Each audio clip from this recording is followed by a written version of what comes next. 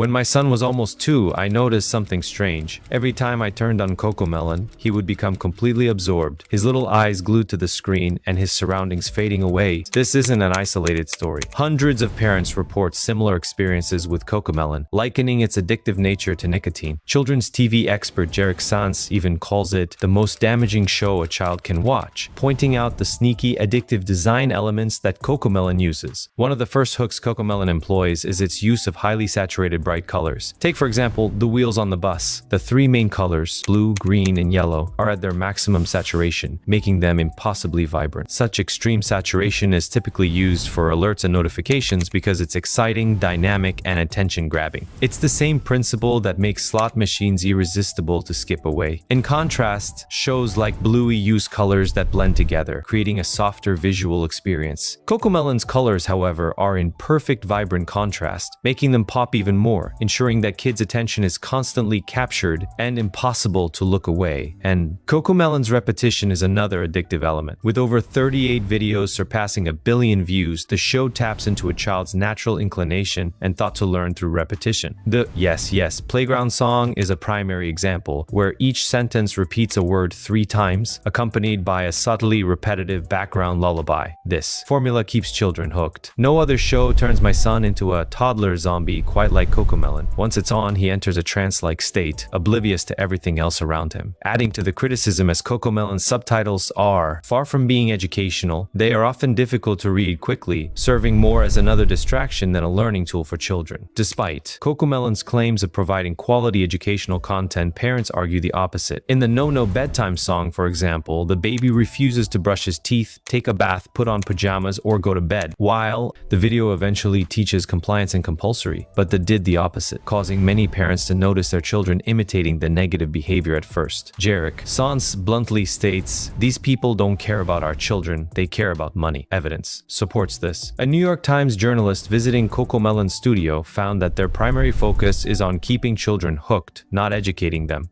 The studio employs a data and analytics team to fine-tune every detail, down to the color of a character's jeans based on what keeps kids engaged. They even have a distractotron room, where children are observed watching Cocomelon alongside real-world scenes to identify the most engaging elements in the shows. The show's rapid camera cutting is another technique designed to keep children addicted so badly. TikToker The Circus Brain analyzed the frequency of frame changes, finding that Cocomelon cuts frames every 1 to 2 seconds. 1, 2, 1, 2, 3, 1, 2, 1, 2, 1, 2, 1, 2, 1, 2, 1.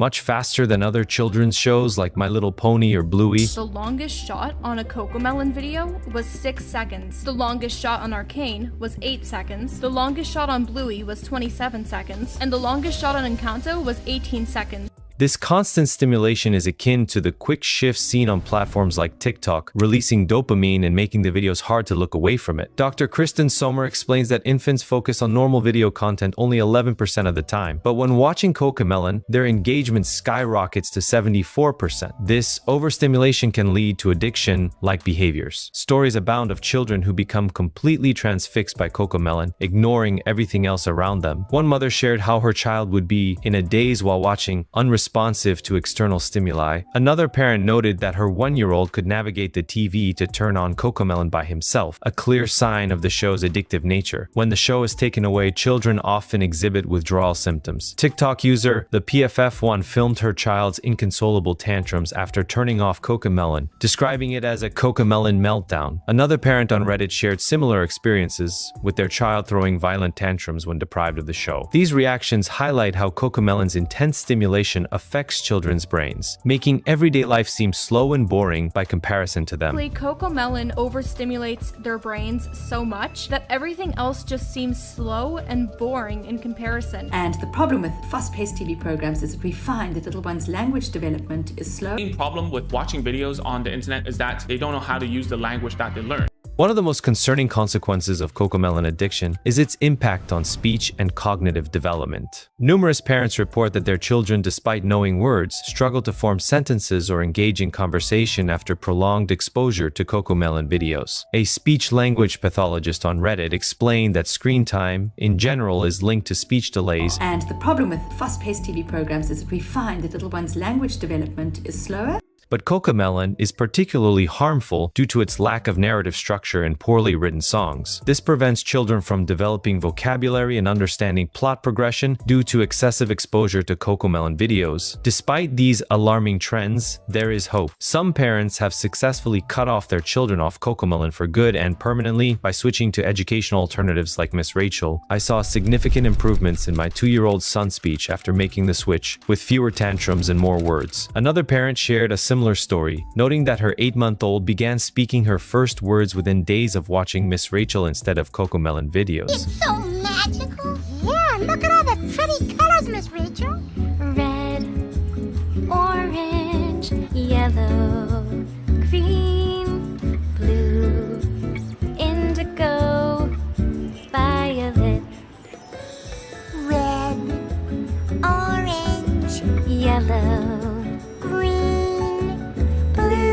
Cocomelon has responded to the criticism and hates, emphasizing that their shows are meant to complement, not replace, other activities like outdoor play and social interaction. They argued that the content is designed to be high quality and beneficial for children's development. However, this response overlooks the significant number of parents who have observed negative effects firsthand. Some supporters argue that it's the responsibility of parents to regulate screen time of their children, not the show's creators. While this is true, it doesn't absolve Cocomelon of its role in creating highly addictive content. Cocomelon's rise to popularity is a double-edged sword. On one hand, it offers catchy, colorful content that keeps children engaged and happy all the time. On the other, it poses significant risks to their cognitive and speech development of children. And as parents, it's important to be mindful of the content our children consume and to balance screen time with other enriching activities like Miss Rachel Show and others. By making informed choices, we can mitigate the potential negative impacts and ensure our children grow up healthy and well-rounded. For now, my son and I are on a journey to find that balance, prioritizing his development over the convenience of an addictive screen time.